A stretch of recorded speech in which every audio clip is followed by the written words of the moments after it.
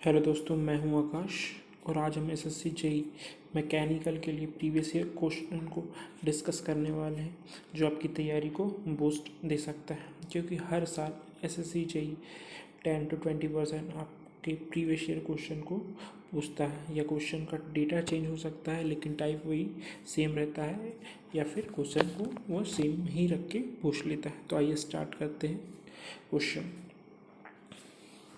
The force exerted by a jet of water on a stationary vertical plate in the direction of the jet।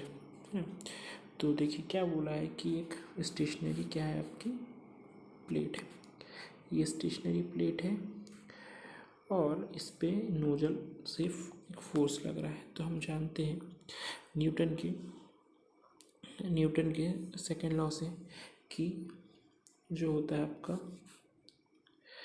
Rate of change of momentum equal to force apply होता है। तो rate of change of momentum given होता है mass flow into velocity. अब देखिए यहाँ पर आप कि मास फ्लो रेट को क्या लिख सकते हैं। मास फ्लो रेट होता है डेंसिटी इंटू डिस्चार्ज, और है ना, और इसी को डिस्चार्ज को लिख सकते हैं हम आपका density into area into velocity. Okay, ये मास फ्लो रेट को लिख सकते हैं।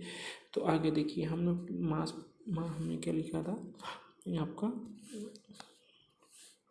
Mass flow rate into velocity, ये आपका फोर्स होगा। तो मास फ्लो रेट को density into area into velocity, तो ये वेलोसिटी मल्टीप्लाई होकर क्या हो जाएगा, स्क्वायर।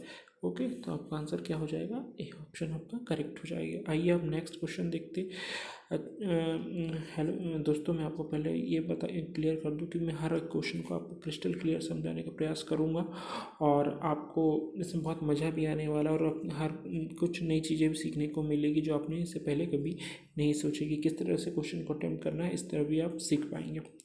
ओके गाइस, तो अब अगला क्वेश्चन हम देखते हैं क्या है। अगला क्वेश्चन है guys, with a decrease in pressure the boiling point of water. Okay, अब बॉइलिंग पॉइंट, पहले ये पॉइंट पे आते हैं। बॉइलिंग पॉइंट क्या होता है, जिसपे कोई भी वाटर जो होता है या कोई भी लिक्विड जो होता है वो अपने लिक्विड फेज से वेपर फेज में कन्वर्ट होता है। ये आपका बॉइलिंग पॉइंट कहलाता है। अब हम जानते हैं, देखिए बहुत सारे लोग जानते होंगे यहाँ की जो पीवी डायग्राम होता है, ये होता है आपका पीवी डायग्राम कुछ ऐसा यहाँ पर मिला हुआ। ये आपका क्या होता है, पीवी डायग्राम। ओके, देखिए अब बोला विद डिक्रीज इन प्रेशर, एक प्रेशर लाइन ये हो गई। ओके, और एक ये नीचे से प्रेशर लाइन ये जा रही है। अब देखिए क्या हो रहा है, ये जो दो पॉइंट, ये ए और ये वाला जो दो पॉइंट है, ये दो पॉइंट है। जैसे ही हमने प्रेशर ये P1 मान लीजिए, ये P2 मान लीजिए। ओके, तो जो P1 है is greater than what, P2। Okay, अब देखिए जैसे ही प्रेशर कम हुआ तो आपका बॉइलिंग पॉइंट भी क्या हो जाने वाला है, वाटर का कम, क्योंकि प्रेशर कम रहा है। तो जो आपका टेम्परेचर वाली लाइन होती है वो कैसे, इस टाइप से आती है, इस टाइप से आती है। तो आपका टेम्परेचर भी कम होने वाला है। तो with decrease in boiling point water, with decrease in the pressure the boiling point of water will क्या होगा, इसका आंसर डिक्रीज। तो आइए ऑप्शन देखते हैं हम क्या है यहाँ पर। ऑप्शन नंबर 4 आपका क्या हो जाएगा, करेक्ट आंसर हो जाएगा। आइए गाइस, आपको बहुत मज़ा आ रहा होगा। तो आइए अब अगला क्वेश्चन हम देखते हैं कि अगला क्वेश्चन क्या है। अगला क्वेश्चन है the Kelvin Planck statement of the second law of thermodynamics deals with the conversion of. ये बहुत अच्छा क्वेश्चन है दोस्तों।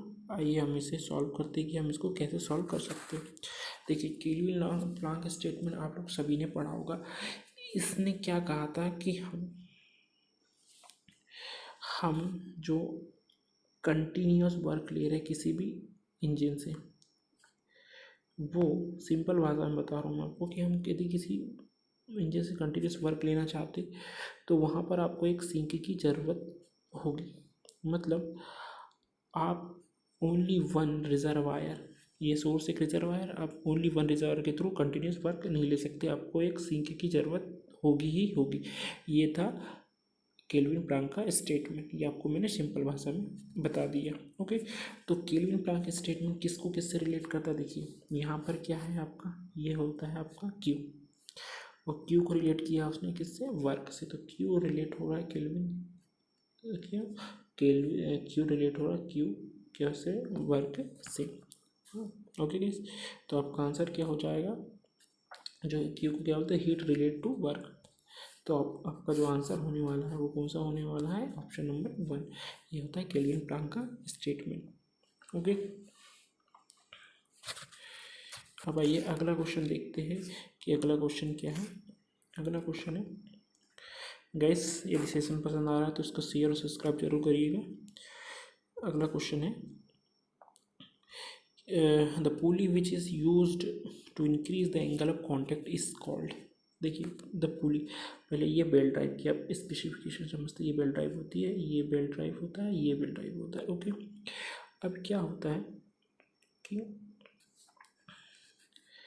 ये बेल्ट ड्राइव का एंगल ऑफ कांटेक्ट यदि हम बढ़ाना तो यहाँ हम एक पुली लगा देते, तो अब जो कांटेक्ट होगा वो किस टाइप से होने वाला है, कुछ इस टाइप से होने वाला है। मतलब ये जो आपका कांटेक्ट था पहले यहाँ से यहाँ तक का था, अब यहाँ से यहाँ तक का हो गया। इसको थोड़ा क्रिस्टल समझते हैं हम। पहले जो कांटेक्ट था वो आपका किस टाइप से था, ये बेल्ट था। ओके, ये बेल्ट था, तो पहले आपका कांटेक्ट यहाँ था, अब आपका कांटेक्ट क्या होने वाला है, ये वाला होने वाला है। ओके, तो आपका जो कांटेक्ट होता है वो बढ़ा देता है, वो कौन बढ़ा देता है, वो बढ़ा देता है आपका आइडियल गियर। इसका आंसर क्या हो जाएगा, आइडियल गियर। अब चलते हैं नेक्स्ट क्वेश्चन की ओर।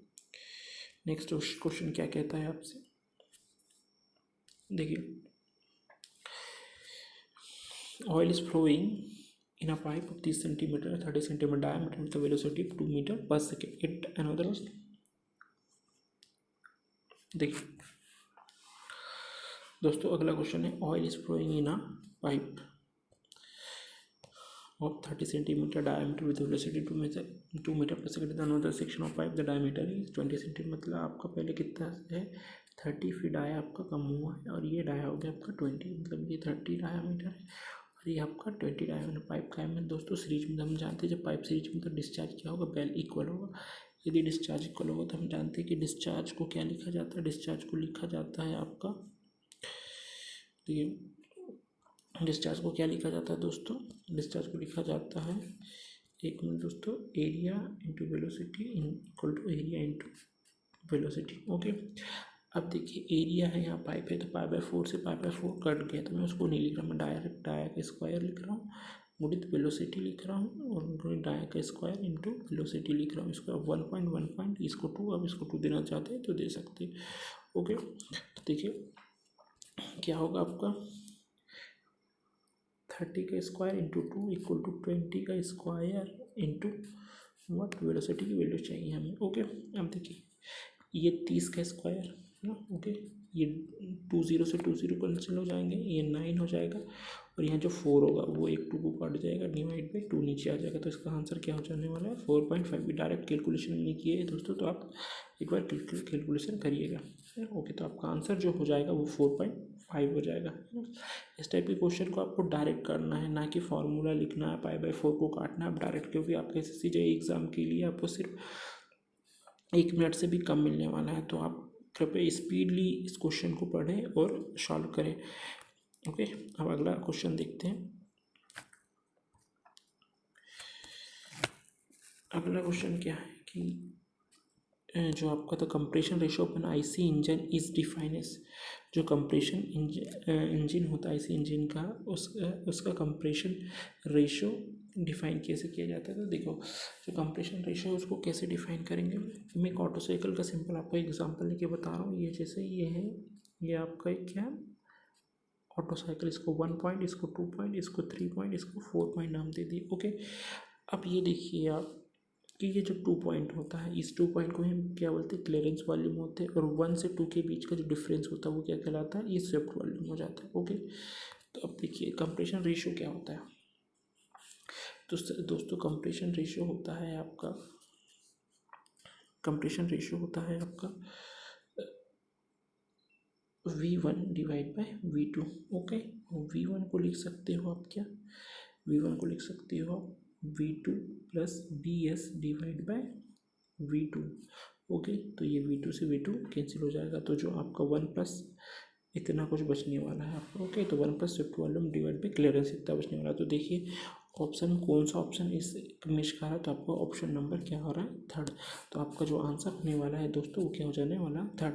तो दोस्तों मैं देखिए आपके लिए क्वेश्चन मैंने चार्ट के लाया है, बहुत स्पेशल क्वेश्चन है और बहुत कंसेप्चुअल क्वेश्चन, जिससे आप और अनेक तरह से क्वेश्चन इससे कर सकते हो। तो दोस्तों इस चैनल को सब्सक्राइब और इस जो आपको जो मैं क्वेश्चन सेट दे रहा हूँ ये वीडियो को शेयर करना ना भूलें, ताकि आपके दोस्तों को भी इसका एडवांटेज हो सके। आइए अब नेक्स्ट क्वेश्चन हम लोग करते हैं। नेक्स्ट क्वेश्चन क्या कहता है, नेक्स्ट क्वेश्चन है the basic form of Bernoulli equation does not consist. तो आपसे बर्नौली इक्वेशन का बेसिक फॉर्म पूछा गया है दोस्तों। तो देखिए हम जानते हैं कि बर्नौली फॉर्म का बेसिक इक्वेशन क्या होता है, P1/ρg plus B1² okay plus Z equals to what, constant ये होता है। अच्छा ये जो होता है ये टर्म क्या होती है आपकी प्रेशर हेड, ये टर्म क्या होती है आपकी वेलोसिटी हेड, और ये टर्म क्या होती है आपकी पोटेंशियल हेड। ये तीनों हेड हैं ओके। अब देखिए हमारे पास तीनों हेड यहाँ पर ऑप्शन में दिया, एक हेड जो दिया मैनोमेट्रिक हेड वो इसमें ये कंटेंट नहीं करता, तो आपका जो आंसर होने वाला है वो क्या होने वाला है, मैनोमेट्रिक हेड आपका आंसर होने वाला है ओके दोस्तों इसी तरीके से हम सीरीज लाते रहेंगे और आपको मैं बहुत सारे इसी तरह से कंसेप्ट देते रहूँगा। तो आइए हम अगला क्वेश्चन करते हैं जो आपकी थियरी को और बूस्ट दे सकता है। The smallest section of the nozzle is. अब देखिए क्या होता है कि बहुत सारे लोग नोजल को इस तरह से अज्यूम करते हैं कि नोजल कुछ ऐसा होता होगा। नहीं दोस्तों, नोजल के भी तीन पार्ट होते हैं, एक होता है उसका कन्वर्जिंग सेक्शन, एक थ्रोट सेक्शन और एक होता है उसका डाइवर्जिंग सेक्शन। तो आइए अब हम देखते हैं कि नोजल किस प्रकार से होता है। ये कन्वर्जिंग सेक्शन, फिर यहाँ से आपका थ्रोट सेक्शन, फिर आपका डाइवर्जिंग सेक्शन। तो उसने बोला था smallest section of the nozzle, तो स्मॉलेस्ट सेक्शन देखिए ये क्या होता है, थ्रोट होता है। तो स्मॉलेस्ट सेक्शन क्या होने वाला है आपका, थ्रोट। तो ऑप्शन में देखिए थ्रोट कौन सा है, तो ऑप्शन नंबर 1। तो ये आपका क्या हो जाने वाला है आंसर दोस्तों, ये आपका क्या हो जाने वाला आंसर। आइए अब दोस्तों नेक्स्ट क्वेश्चन करते हैं। देखिए क्वेश्चन दोस्तों, इस क्वेश्चन का लेवल बहुत ही अच्छा है और मैं आपको इसका एकदम कंसेप्ट क्लियर बताऊंगा, जिससे आप किसी भी टाइप का क्वेश्चन यदि इससे रिलेटेड आता है तो आप आसानी से कर पाओगे। आइए देखते हैं। क्वेश्चन कहता है the work input of a compressor is minimum when the law followed by the compressor is okay. अब देखिए दोस्तों क्या होता है, मैं पहले आपको कुछ बेसिक कंसेप्ट बताता हूँ। यदि हम ये पीवी डायग्राम ले रहे हैं ओके, हम पीवी की power n equal to constant हर एक प्रोसेस की, इस दुनिया की किसी भी प्रोसेस के लिए लिख सकते हैं। अब मैं आपको एग्जांपल बता रहा हूँ, जैसे आइसोथर्मल के लिए टेम्परेचर क्या होता है हमारा, कांस्टेंट होता है ओके। टेम्परेचर कांस्टेंट होता है तो पीवी इक्वल्स टू क्या लिखते हैं हम लोग, कांस्टेंट लिखते हैं ओके। तो यहाँ पर देखिए, यहाँ पर आप आपकी नज़रों से देखो तो यहाँ आपको एक नज़र आएगा। तो एन की वैल्यू आइसोथर्मल प्रोसेस में कितनी होती है दोस्तों, यहाँ 1 होती है ओके। इसी तरह कांस्टेंट प्रेशर की प्रोसेस में एन की वैल्यू कितनी होती है, 0 होती है। इसी तरह कांस्टेंट वॉल्यूम प्रोसेस में एन की वैल्यू कितनी होती है, इन्फिनिटी। तो अब इसको मैं एक बहुत अच्छी ट्रिक बताऊंगा आपको कि इसको कैसे याद रखा जाए ओके दोस्तों। तो दोस्तों देखिए इसको कैसे आपको याद रखना है। ये देखिए दोस्तों, ये आपका पीवी डायग्राम हो गया, ये आपका पी हो गया और ये हो गया। ये कांस्टेंट प्रेशर प्रोसेस, ये कांस्टेंट वॉल्यूम प्रोसेस हो गई। तो मैंने बताया कांस्टेंट प्रेशर प्रोसेस के लिए इसकी वैल्यू कितनी होती है, 0, और इसकी एन की वैल्यू कांस्टेंट वॉल्यूम के लिए कितनी होती है, इन्फिनिटी। तो हम देखो 0 से इन्फिनिटी की ओर आ रहा है, मतलब 0 से इन्फिनिटी तक आ रहा है, मतलब 0 1 2 3 4 इस टाइप से, जैसे ये 1 2 3 इस टाइप से बढ़ने वाला है। तो देखो ये आइसोथर्मल प्रोसेस हो गई क्योंकि इसके लिए 1 वैल्यू होती है, और ये अदर प्रोसेस के लिए ये ग्राफ हो गया। अब देखिए ये भी 0 होता है और ये भी आपका इन्फिनिटी होता है। तो आइसोथर्मल लाइन यदि 0 के करीब है तो इधर भी वो 0 के करीब होगी ओके, इधर भी वो 0 के करीब होगी, और ये आपकी एडियाबेटिक लाइन। तो आप ये देखिए कि कौन सा एरिया कम आ रहा है, तो ये जो आइसोथर्मल का ग्राफ ये है और एडियाबेटिक का ग्राफ ये है। तो देखिए आइसोथर्मल का जो ग्राफ आ रहा है, मैं आपको क्रिस्टल क्लियर बता देता हूँ उसको। जो आपका आइसोथर्मल का जो ग्राफ आ रहा है दोस्तों वो कैसा आ रहा है, देखिए आइसोथर्मल का ग्राफ यू और ये, तो आइसोथर्मल का जो ग्राफ आ रहा है ये आ रहा है आपका ये वाला एक सेक्शन, और एडियाबेटिक का ये वाला आ रहा है। तो मिनिमम एरिया किस में होने वाला है, इसमें है ना। जिसका एरिया मिनिमम होगा उसका वर्क इनपुट भी मिनिमम होगा कंप्रेशर के लिए। तो वो कौन सा होने वाला, आइसोथर्मल प्रोसेस। तो आपका जो इसके यहाँ से आंसर हो जाएगा वो क्या हो जाएगा दोस्तों, आइसोथर्मल आपका आंसर हो जाएगा। देखिए आप ऑप्शन में कहाँ पर है आपका आइसोथर्मल, हम देखते तो ये आपका ऑप्शन नंबर 4 आपका क्या हो जाएगा दोस्तों, ऑप्शन नंबर 4 आपका क्या हो जाने वाला है आंसर। तो दोस्तों देखिए मैंने आपको सारे कंसेप्ट बता दिए। यदि एन की वैल्यू 0 किसके लिए होती है, एन की वैल्यू 1 किसके लिए होती है, एन की वैल्यू इन्फिनिटी किसके लिए होती है, तो यदि इससे रिलेटेड कोई भी क्वेश्चन आए तो आप आसानी से इस टाइप के क्वेश्चन को सॉल्व कर पाएंगे। तो चलिए दोस्तों अब आगे कर बढ़ते हैं और आपको उन महत्वपूर्ण क्वेश्चन में बताता हूँ। ओके, तो दोस्तों आज के लिए इतना ही, और अब नेक्स्ट वीडियो के साथ मिलेंगे जिसमें और अच्छे अच्छे क्वेश्चन और अच्छे अच्छे कंसेप्ट के साथ मैं आपको सामने आऊँगा। तो दोस्तों चैनल को सब्सक्राइब करिए और इस वीडियो को ज़्यादा से ज़्यादा लोगों तक शेयर करिए ताकि लोग इससे बहुत सारी इन्फॉर्मेशन ले सकें और आने वाले एग्ज़ामों में आप इसका फ़ायदा उठा सकें। थैंक यू, धन्यवाद इस वीडियो को देखने के लिए।